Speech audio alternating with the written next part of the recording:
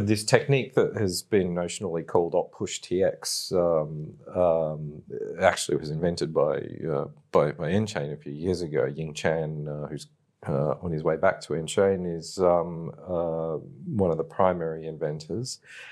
And it makes use of checksig basically as a comparison function so that you can push the content of a transaction into a script and then use the comparison function to confirm this is actually the transaction. So how does that play as in terms of, does it violate this principle of importing external state? No, there are sort of limits on what you can do with that. So the guys there have taken, like, I originally started using the RNS components of the signature and showed how you could actually do some calculations with R, the R of the RS part of an ECDSA signature, and import that in to be calculated in the scripts to get different results. But the thing here is, once it's written into a block, it doesn't change. You can have possible different alternative answers, but the first one wins. Yeah. So that's a difference with something like CLTV.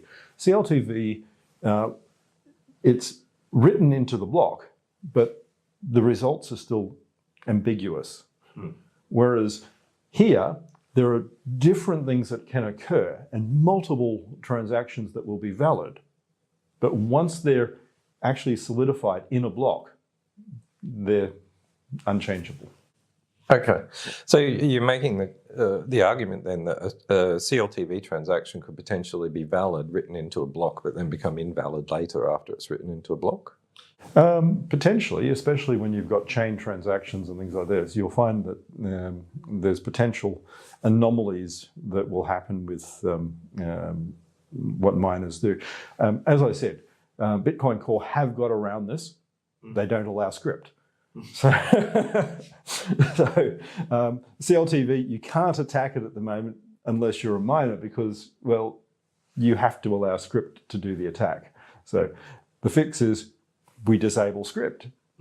So you nobble the protocol and you cut out all of the real use cases outside of cache, and then you make it unusable as cache, and you go, we fixed it. Okay. Well, I want to move onto the. It's sort of like if you imagine C, and you make it completely safe by taking away all mathematical functions and all string functions and everything that's useful. And well, we removed opmul and division, multiplication, modulo, etc.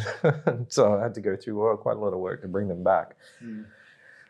So I want to move on to the subject of loops, but no discussion of what push-TX would be complete without a shout out to the Scrypt team and Stars in particular, who actually took this technique and in what I think is a record time actually implement. So on to loops. There are no loops in Bitcoin scripts. You can simulate them by unrolling loops. The reasons seem relatively obvious when you've got a system where computation has a cost. It's not hard to make a loop that goes on forever. Why not allow them in the script language itself rather than miners simply implementing some kind of timeout on the runtime of a script? Yeah. So as machines get faster, as people involve more machines or invest more, you get different results. How do you have a predicate system that is reliant on how much a miner decides to pay for their computer? And then if miner A has a big fast data center and miner B has a lot of ASICs but slow computers, you get different results. I mean, do you have to have every miner run exactly the same equipment forever? Well, this is an interesting issue that popped up for us during the design of the Genesis upgrade, because when you allow unbounded scripts, it's obviously not that hard to create scripts that have incredibly long runtime. And we put in an optional timeout that that miners can use, but of course it's impossible for that to be enforced at a consensus level because your computer might run faster than my computer. How do you actually measure that in a way that can be kind of widely agreed? But runaway loops, accidental infinite recursion, that was also something that you were looking to prevent.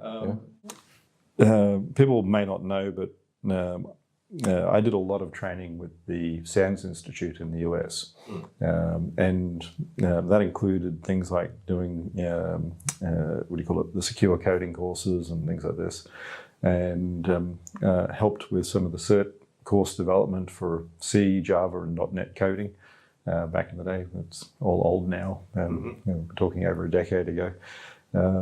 But these are, it's not such an issue now. Microsoft actually takes security a little bit more seriously. I won't say totally, but a little bit more seriously, to the annoying level where they reboot your machine all the time. But back 10, 15 years ago, even 20 years ago especially, a lot of sort of software development houses, including Microsoft, really didn't seem to care about security at all. And a lot of these things were rampant at the time. So we were seeing hacks and compromises all the time. And I didn't think a financial system would work if people could do that with money. Imagine if someone could attack home loans or something from a large bank that were scripted, or bonds or something like this, into Bitcoin and cause trillions of dollars worth of damage. You can't build that in. It's not, Windows 95 was bad enough. We didn't need to build it into the financial system. So loops aren't necessarily about, I guess the risk of loops isn't necessarily about what you know at compile time, because at compile time you don't necessarily know what Remember, the inputs there's are. branched conditions within Bitcoin too. Yeah. So that then allows us to have race conditions, and we can have, if you have loops and if statements and branching, then you can actually have loops that will be faster on one set of machines than another, and different nodes will calculate different results based on which things finish first. And if you're going to be doing that, then you cause all sorts of problems.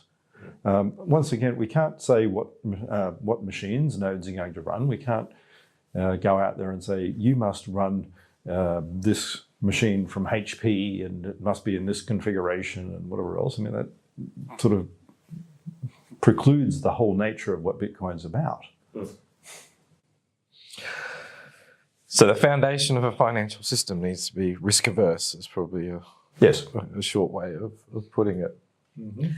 So fourth is a very technical subject, but it can lead us towards some less technical ones.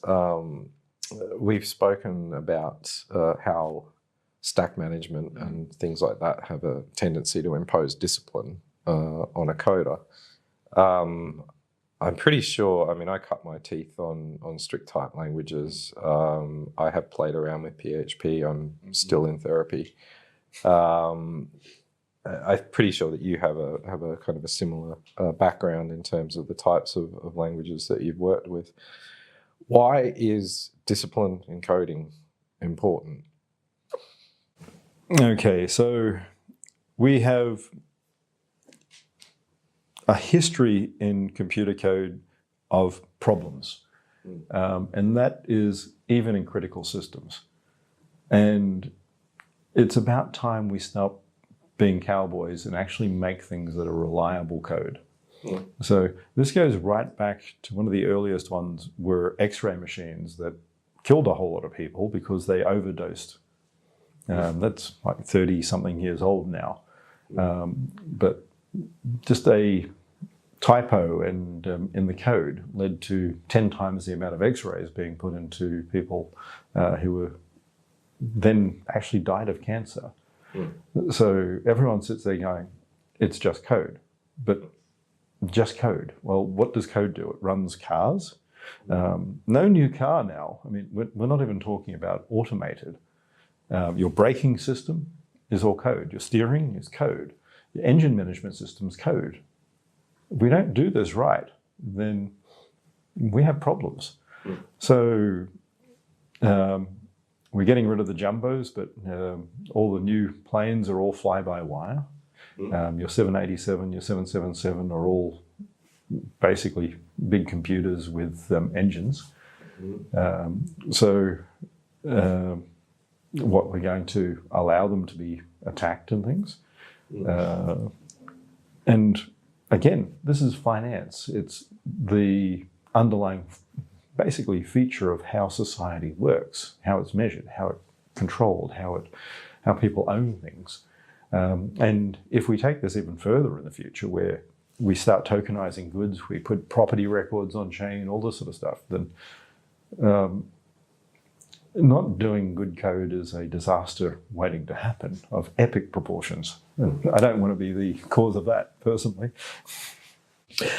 So I guess speaking of coding discipline, we've mentioned typing quite a lot, but the interpreter itself actually has no notion of type. It has one type, which is an array of bytes, and those bytes can be interpreted as numbers. They can be interpreted as booleans, even strings.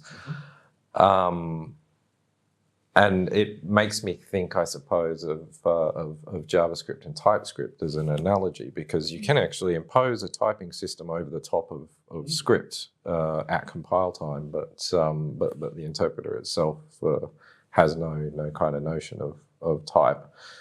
Was that always your intention, that script was going to have like compilers overlaid on top of it? Yeah, definitely. It's like assembly language. Then we form higher level languages and better tools. So Forth is a very low level language in a way. And if we really want to make it robust and easy and available to a lot of developers, we need to make simpler ways of doing things. So as much as it sort of galled me when I had to do it, 10 years ago now, the university, when I was still teaching there, made me do Ruby on Rails because it was getting popular. They made me do pretty colors and things like this, which is definitely not my forte. Anyone who's looked at the original Bitcoin sort of logo, which wasn't the B with the two lines through it, was BC. Yeah, so it might interest some of you to know that the version of the Bitcoin script interpreter in Bitcoin J, which we have internally at nChain, is heavily modified and is slated for future release at some point, actually does have the capability to enforce strict typing on it, which is not something that you would actually use on chain, but in live transactions. But when you're building transactions and testing transactions, there's nothing to stop you from adding these type checks, which just add an extra level of fail fast, because it's probably much better for your transaction to fail at test time than it is once it's out there. Well, this is the thing. We're never going to have an army of people who are super experts and know everything to do with code and really take it to a level of artistry. The reality is it's always going to be a Pareto distribution. You have a few people who do the really, really difficult things and a lot of people who do a lot of functional work. That's how everything works in society. It doesn't matter if you like that or not, that's reality. And if you start looking at what we now have is a few people who can develop all the tools that others can use. So we're waiting for the emerging generation of script artists. We are. Well, some of them might be watching today, or some of the future ones even. So discipline. It's an interesting word, and in fact, it's something that I observe in you in your kind of daily life. Not that I spend every day with you. I need someone to talk to if I did, but But one thing that strikes me is, I based on random messages, etc. I have some sense of when you go to bed.